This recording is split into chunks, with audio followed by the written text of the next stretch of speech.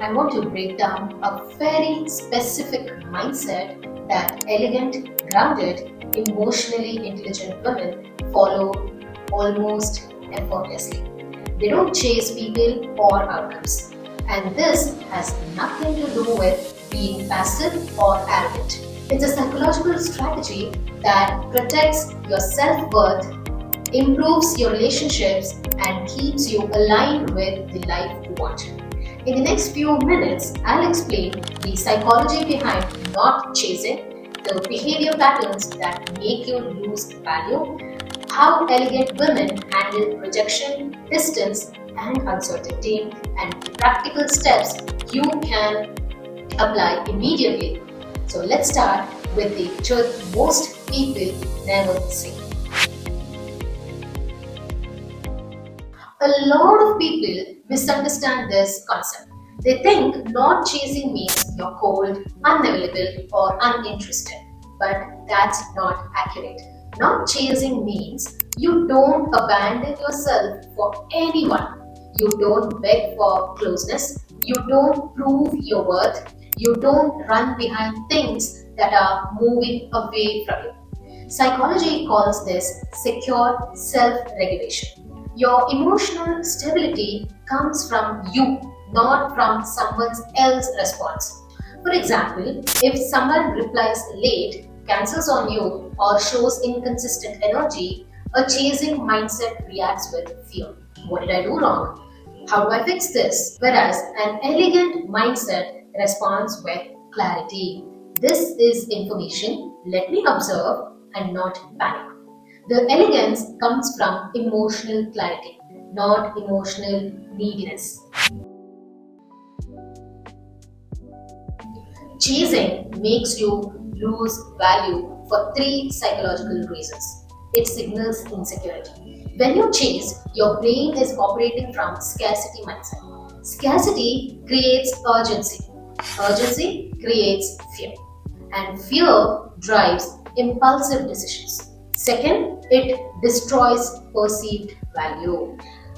Behavioral economics shows that when you show too much availability, the other person assumes if this is so easy to get, it must not be there. Third, it shifts the power dynamic. The moment you chase, you unconsciously place the other person above you. They become the judge, you become the applicant. Elegant women avoid this because they know confidence is quiet but insecurity is very loud. There are three psychological principles that explain this. The first one, emotional self-containment. Elegant women don't outsource their validation. If someone pulls away, they don't immediately collapse internally. They take a breath, observe, and choose a response intentionally. Second, selective attachment. They don't attach quickly. They study people. They take their time before investing. It's not a game. It's emotional intelligence. Third, high internal standards. They know what they want, how they want to be treated, and what energy aligns with them. If someone's behavior doesn't match consistency, respect, or effort, they adjust their closeness. Not chasing is not about being hard to get. Please register this. Not chasing doesn't mean not hard to get. It is about hard to distribute. Let's break down the subtle behaviors that unintentionally signal, I need you more than you need me. Most women don't think they're chasing, but the behavior reveals it. Over-explaining yourself. You may think you're being polite, but the subconscious message you send is insecurity. Examples could be, sorry, I was overthinking, or sorry if that sounded weird. I hope I didn't annoy you. So when you apologize for your existence, your brain is trying to preempt rejection. It's a behavioral pattern called self-devaluation, an attempt to secure approval. Why it looks like chasing? It communicates that the other person's perception of you matters more than your own self-respect. What's the elegant alternative? Answer very calmly. Let pauses exist. Let your words stand on their own. Second, initiating every conversation. One of the clearest signs of subconscious chasing is being the one who reaches out first every single time.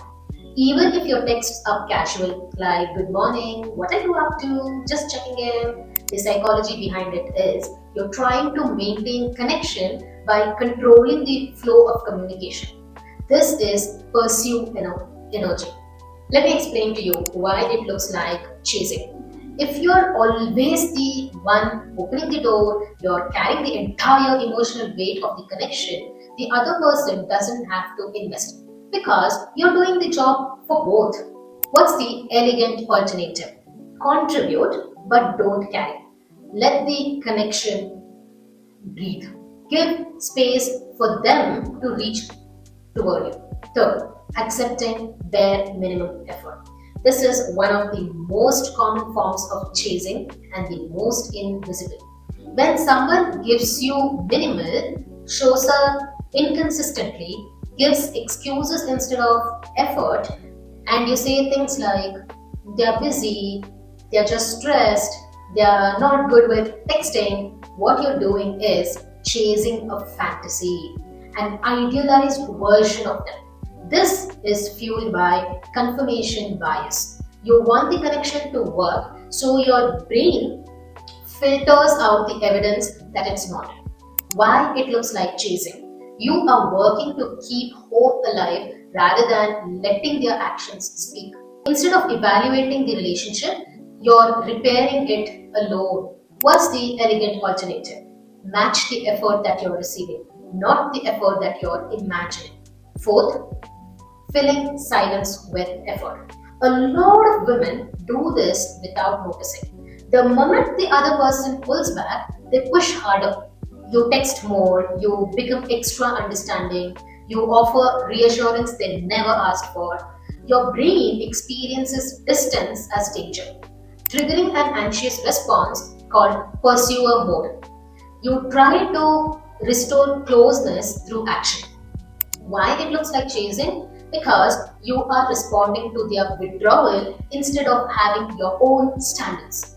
Elegant women do the opposite. They let the silence reveal the truth. They observe the shift. They mirror the energy rather than override it. When someone slows down, you slow down. When someone becomes unsure, you step back, not forward.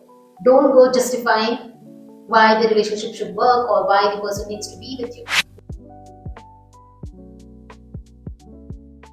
Let's break this down in a practical, clear, step-by-step way. They pause before reacting. No emotional jump, just a calm pause. This creates emotional leverage. Second, they match the effort, not emotions. If someone is warm, they are warm. If someone is distant, they maintain their own rhythm. They have their own life. Their life is not dependent on the other person. No overcompensation. Third, they state their needs calmly. For example, I prefer consistent communication. Not defensive, not demanding, just clarity. Fourth, they walk away with dignity when needed. Not as a punishment, not as manipulation, but because misaligned energy is too expensive for their peace.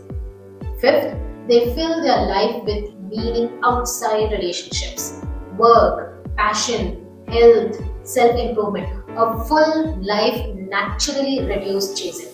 When your life is full, you don't run, you choose. The power is not in ignoring people. The power is not in abandoning yourself. When you stop chasing, your standards rise, your emotional clarity increases, your anxiety reduces, your relationships become healthier, and you finally attract people who respect your energy. People respect what respects itself. This channel exists for one reason: to help you build calm confidence, emotional clarity, and the kind of self-worth that doesn't shake easily. If this video helped you understand your own patterns a little better or made you feel more grounded, I'd truly appreciate it if you subscribe. Thank you for being here. I'll see you in the next one. Bye.